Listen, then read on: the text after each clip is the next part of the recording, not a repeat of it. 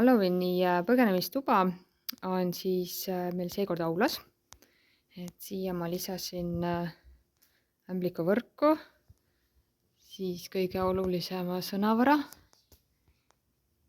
Siis aula ukse peale panime sellised lindid, et keegi ei läheks valel ajal sinna sisse.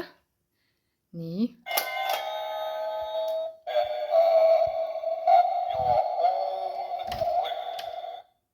Nii, ja kui siit nüüd sisse minna, siis vaatab selline tegelane vastu. Ja kui nüüd õpilased tulevad siia sisse, siis siin põrandal on sellised putukad. Neid on siin päris palju.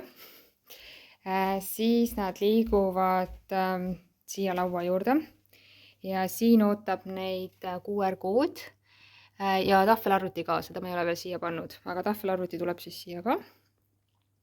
Nad skännivad selle koodi sisse ja siis tuleb seal ette tekst, siis mida nad tegema peavad.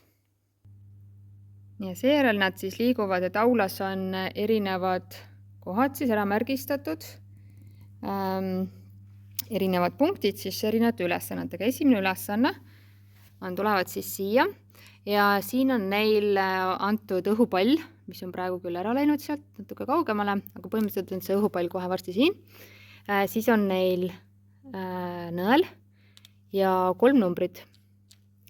Ehk siis ma loodan, et nad saavad aru, et nad peavad nõelega selle õhupalli katki tegema ja selle õhupalli sees on üks number veel. Ja siis on neil kokku 4 numbrit ja nad peavad siis ise mõisteta, mis järjekorras need numbrid tuleb panna, et see siis õige vastus oleks. Et ma ei tahtnud üldse seekord küsimusi otseselt ette anda, et nad peavad ise siis mõtlema, mis võiks olla küsimus ja mis võiks olla vastus. Et võib-olla mõnikord siis tegelikult tuleb ka mitu õiget vastust, et oleneb, kuidas nad selle ära põhjendavad. Aga et siit siis peaks tulema 31, homme on siis 31. oktoober, 1 ja seal õhupalli sees on 0. Ja see ongi nende esimene vastus, 3, 1, 1, 0. Siis nad liiguvad mööda neid putukaid edasi järgmise punkti juurde. Järgmine punkt on siin.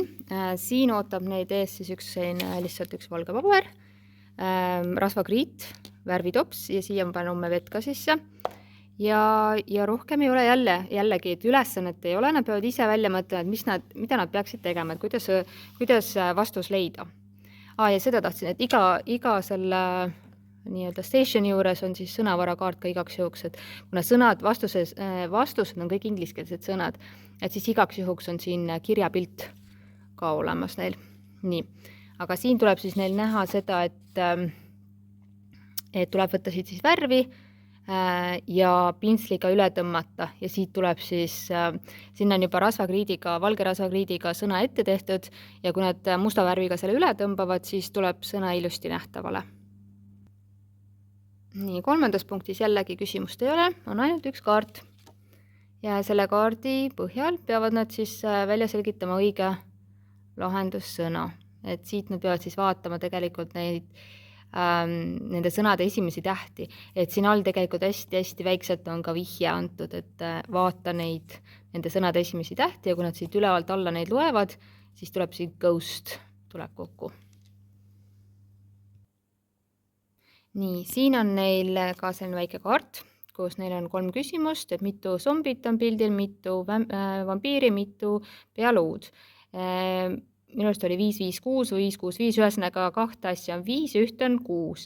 Ja siis on neil selline karp või topsikene ja siin on siis koodiga lukk on ees ja nad peavad siis niimoodi nende numbritega mängima, et see lukk lahti läheks. Ja kui neil on valida 5, 5, 6, siis ongi kas 556, 565, 655, et 3 varianti. Üks nendest on siis see õige vastus. Siis nad teevad selle topsi lahti ja seal sees on lahendussõna. Number 5 juures on neil spaatlid ja siit need spaatlid tuleb siis kokku panna. See on nagu selline pusle, et siit tekiks üks loom või loom, putukas tuleb siit üles, ämblik tuleb tegelikult siit kokku, et ma ei hakka siit aega raiskama, et nad peavad selle ilusti kokku panema ja siis nad saavad aru, et siin selle pildi peal on ämblik ja siis see ongi nende lahendussõna. Nii 6. punktis on neile antud selline Lego tükkidega tähestikukaart ja siis on sellised Lego tükid antud. Et siit nad peavad siis aru saama, et mis tähele vastab see klots, nad otsivad selle siit üles, M-täht on see, siis mis see on U, jälle MM ja siis vaatavad, mis see on. Et siit tuleb mammi, tuleb muumia, tuleb siit siis kokku. Nii, 7. punktis on neile antud luup ja üks kaart, kus on hästi pisikeselt kirjutatud üks sõna ja nad proovivad siis luubiga selle sõna kätte saada. Kui ei saa, siis nad enam-vähem ikkagi tegelikult võib-olla see kaart ka aitab, et kui pikk see sõna on, et see on üsna pikk sõna, et võib-olla saavad mõne tähegi siit siis kätte, et siis arvavad ära, mis sõnaga tegemist on. Nii 8. punktis on neil lihtsalt üks selline mänguasjakast ja siia mänguasjakasti sisse on, ma loodan, et ma leian selle üles, ma panen korraks pausile, ma otsin selle asja üles. Nii, ma leidsin selle asja nüüd üles, et siin mänguasjade seas on selline käsi. Et need peavad siis, jällegi küsimust ei ole, eks nad peavad ise nagu aru saama, et mis võiks olla see lahendussõna, et kui siit vaadata neid teisi mänguasju, siis need on täiesti tavalised mänguasjad, et nad peaksid lappama siis kõik need asjad siit läbi ja leidma selle käe ja siis see ongi see lahendussõna. Nii 9. punktis on selline posuvõtmeid ja lukke ja nad peaksid siis leidma paarilised ja siin on, kui nad paarilised on ära leidnud, siis nad panevad tähele, et musta võtit on 2 tükki. Et kumb siis, ja igal sellel võtmel on mingi sõna peale kirjutatud, mis on Halloweeniga seotud ja nad peaksid siis mõistatama, jälle küsimust ei ole, et kumb siis õige on, kas see bat või vampire. Et kui nad on tähelepanelikud, siis nad vaatavad, et kõikidel teistel on võtmehoidjad või need võtmerõngad on küljes, et ühel ei ole. Et see ongi tegelikult see lahendussõna, vampire. Nii, ja viimane 10. koht või punkt on siis selline, kus on väike kaart, kus on kirjas click on the ja siis button, et nad peavad siis aru saama, et siit tuleb sõna black ja nad peavad vajutama mustale nupule. Mul on vist praegu ta välja lülitatud, ma vaatan, kas ma saan. Ma panen korraks pausile. Nii, ja kui nad vajutavad siia mustale nupule, siis nad kuulsid, et siit tuli witch ja see ongi nende lahendussõna. Nii, ja kui õpilased on raja läbinud, siis igaüks võib võtta siit 2 maiustust, ühe pulgakommi, ühe mingi teise maiustuse ja siit veel Haribo. Siis teeb kokku 3 maiustust, et need on mul kõik Inglismaalt toodud, et need on Eestist ostetud. Ja 3 parimale kohale siis, kui igas tiimis on 3 liiget või siis 2 liiget. Ma pean vaatama neid kotikesi 1, 2, 3, 1, 2, 3, 1 on praegu puudusid. Et on auhinnad siis 3 parimale tiimile. Ja ma kohe näitan, mis seal kotikeste sees on. Nii, seal on siis natukene veel kommi. Siin silmamuna, šokolaadikomm. Siis on veel 2 šokolaadikommi. Ja siin on mingid pulgad, ma täpselt ei teagi, mis maiustus see on. Ja siis on selline põrkepall silmaga. Ja siia taha seinale siis homme tuleb üks suur Happy Halloween pilt, kuvatud siis dataprojektoriga ja siis muusika on selline hirmus muusika on taustaks siis sellel Halloweeni põgenemistoal.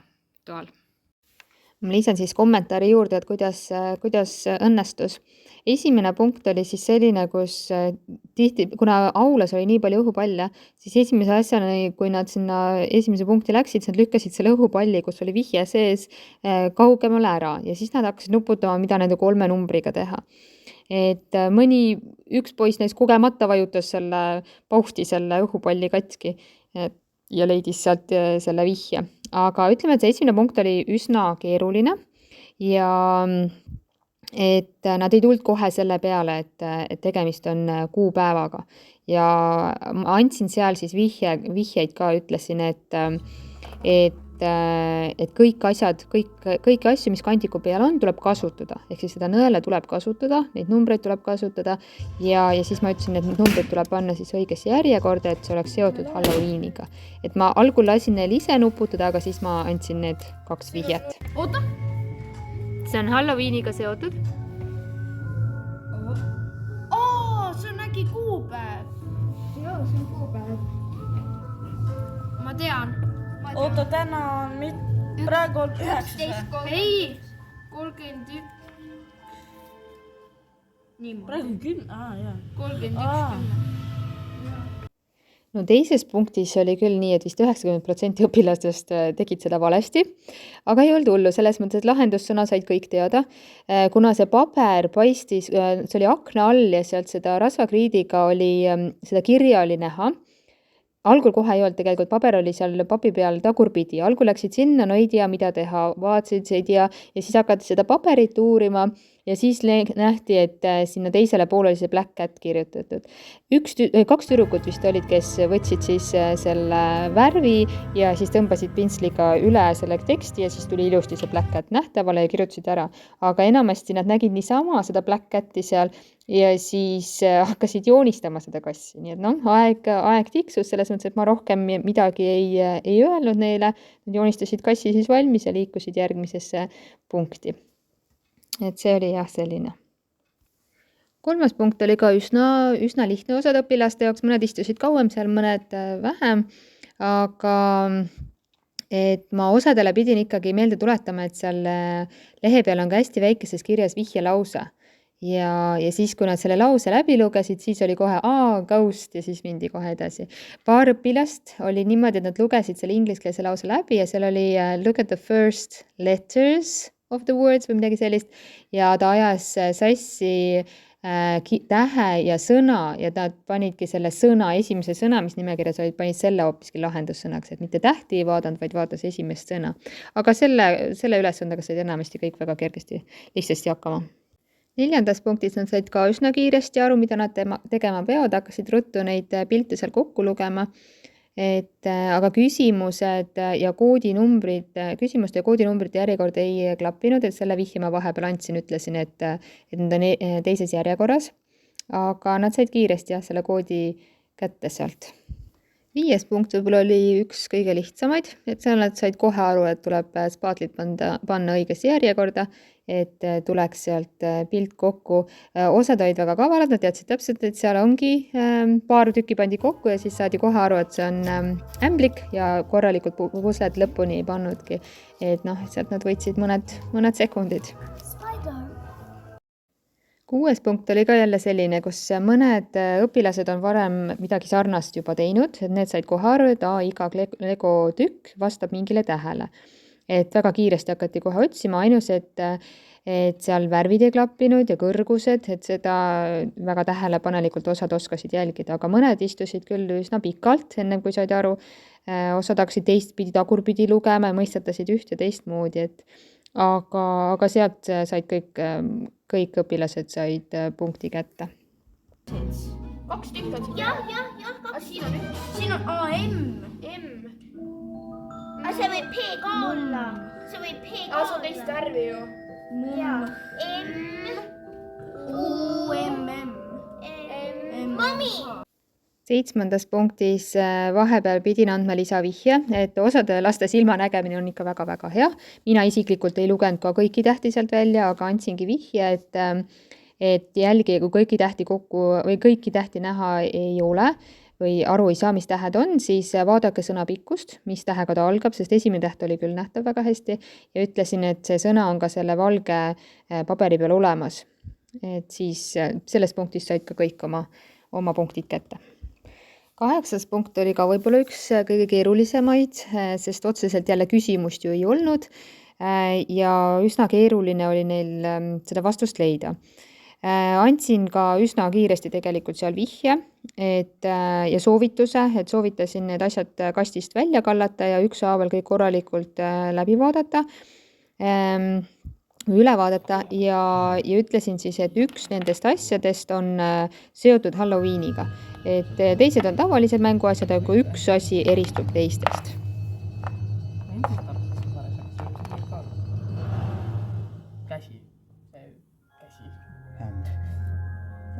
täitsa õige. Ei ole.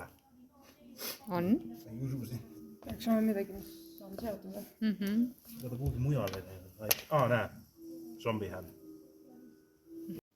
9. punkt oli ka keeruline, et sealt tuli ka kõige rohkem valesid vastusi.